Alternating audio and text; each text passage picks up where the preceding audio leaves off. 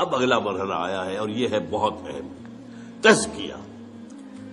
تزکیہ جس کے بارے میں بدقسمتی سے ہمارے ہاں خانقاہی نظام آ گیا، افلاطونی نظام آ گیا، نیو پلیٹونک نظام آ گیا، ہندوؤں کے جو ہے سنیاس وغیرہ سے آ گئے، یہ آ گیا وہ آ گیا۔ یہاں تو موسیقی کی روایت ہے، ہمارے صوفیوں نے موسیقی اختیار کر لی، کاہے کے لیے؟ وہ اللہ کے بندو، قرآن سے بڑی موسیقی کوئی نہیں تھی، کہ ڈیوائن میوزک۔ تم نے اس موسیقی کے اندر لوگوں کو پاگل کیا ہے، دوال کھیلتے ہیں اور انہیں حال آتا ہے کیا؟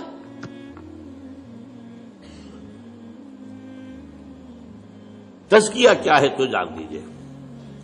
یہ جامع ترین اصطلاح ہے، لیکن میں اسے آپ کو 5 حصوں میں تقسیم کر کے بتاؤں گا ابھی۔ لیکن عمل کہتے کسے تزکیہ؟ یہ باغبان کا ایک عمل ہے۔ ایک باغبان ہے، اس نے باغ لگایا ہے، اس میں کچھ پھولوں کے پودے ہیں، کچھ پھلوں کے درخت ہیں۔ وہ داخل ہوتا ہے، دیکھتا ہے جہاں میں نے پھولوں کا پودا لگایا ہوا تھا وہاں گھاس وغیرہ کافی اگائی ہے، جھاڑ جکاڑ ہے۔ وہ کھرپا ہاتھ میں لیتا ہے، سب کو کھود کے باہر پھینکتا ہے۔ کیوں؟ کیونکہ یہ گھاس جو ہے یہ زمین کے اندر جو قوت نمو ہے اسے لے رہی ہے، پانی بھی کھینچ رہی ہے۔ یہ نہ ہو تو یہ ساری چیز جائے گی میرے پودے کے لیے، یہ پودے کی نشو و نما میں رکاوٹ ہو رہی ہے، تو جو رکاوٹ ہے اسے ہٹاؤ یہاں سے۔ یہ ہے عمل تزکیہ، پاک کرنا۔ انسان کی ترقی میں جو اس کی اصل ترقی ہو، اس میں رکاوٹ جو چیزیں ہیں ان کو ہٹانا تزکیہ۔ اب دیکھیے، انسان ایک تو میں آپ جو ظاہر ہے نظر آ رہے ہیں، ہاتھ پاؤں ہیں، ہمارا ظاہری جسم ہے، ظاہری وجود ہے۔ ایک مانوی وجود ہے ہمارے اندر۔ اس مانوی وجود کے لیے کبھی لفظ خودی بھی استعمال ہو جاتا ہے، لیکن میں آج آپ کو 4 حصوں میں بتا رہا ہوں۔ سب سے پہلے ہمارا ایک فکر ہے، کچھ نظریات ہیں، کچھ خیالات ہیں، کچھ عقائد ہیں، کچھ فلسفے ہیں، کچھ بھی ہے، کچھ بھی ہے۔ تطہیر فکر، اس فکر کو پاک کرنا، اس فکر میں جو غلط عنصر ہے اسے نکال کے باہر پھینک دینا۔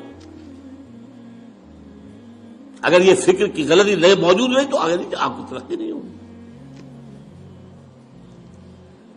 پھر آپ کا نفس امارہ ہے، وہ آپ کی حیوانی جبلتوں کو بھڑکاتا ہے۔ تزکیہ نفس۔ پھر قلب ہے، اس پر غبار آ جاتا ہے، یہ آئینے کے مانند ہے۔ حضور نے فرمایا ہے ان هذه القلوب لتصدع كما يصدع الحديد اذا اصابه الماء، کہ دلوں کے آئینے پر بھی زنگ سا آ جاتا ہے، جیسے کہ لوہے پر زنگ آ جاتا ہے اگر اس پر پانی پڑتا رہے۔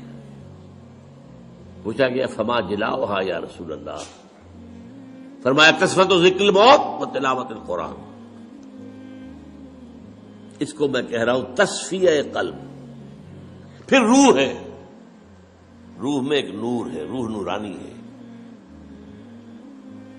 یہ جو بگ بینگ سے پہلے پیدا کی گئی ارواح، میری وہ کتاب میرا خیال ہے کہ اب کچھ دنوں کے بعد آپ لوگ پڑھنے لگیں گے انشاءاللہ، ایجاد و ابداع عالم سے لے کر عالمی نظام خلافت تک، وہ جو روح اور فرشتہ نورانی، وہ جو روح کے اندر نور ہے، تجلیہ روح، جلا دینا اس روشنی کو، بھڑکانا۔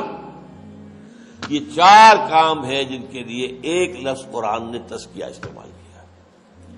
تزکیہ از موسٹ پروفاؤنڈ، اس میں کوئی شک نہیں، لیکن تطہیر فکر نمبر 1، کیونکہ یہ حیوان عاقل ہے، اصل مسئلہ تو فکر کا ہے۔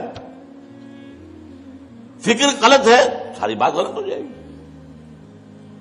تطہیر فکر، تزکیہ نفس، تصفیہ قلب، تجلیہ روح، اور یہ کس سے ہوگا؟ صرف قرآن سے۔ نوٹ کر لیجیے اس سے۔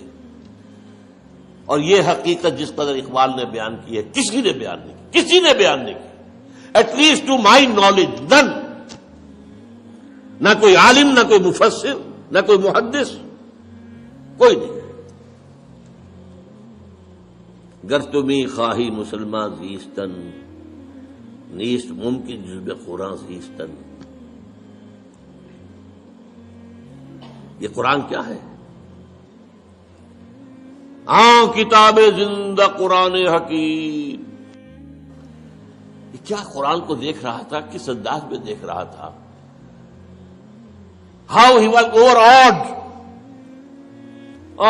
کتاب زندہ قرآن حکیم، حکمت لا یزال است قدیم، اس کی حکمت، اس کا فلسفہ ہمیشہ قائم رہنے والا اور قدیم ہے۔ یہ وہ فلسفے نہیں جو بدلتے رہے، بدلتے رہے۔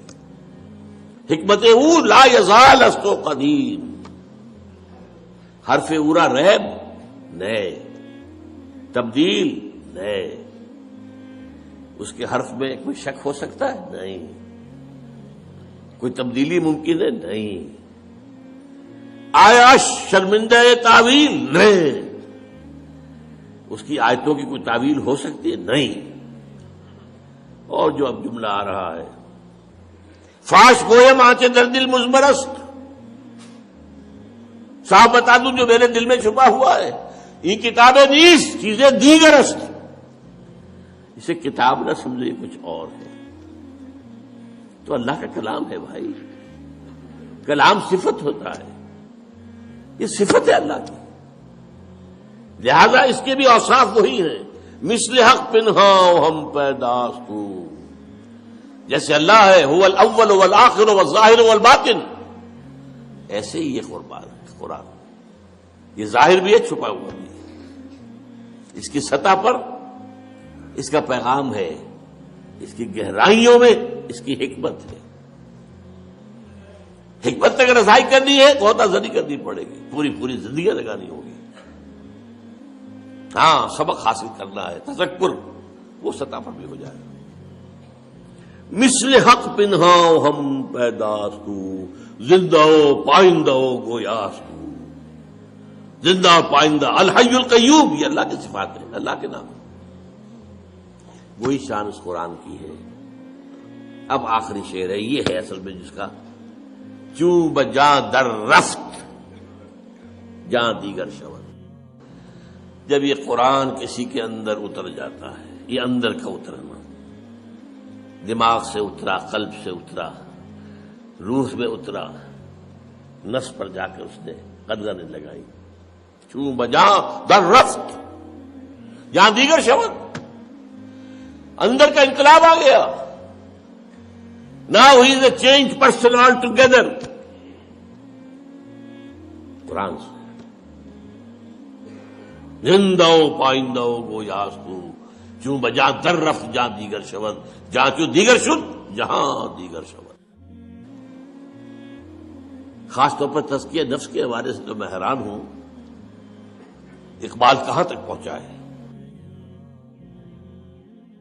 حضور کی 2 حدیثوں کو جمع کر دیا اپنے اشعار کے اندر۔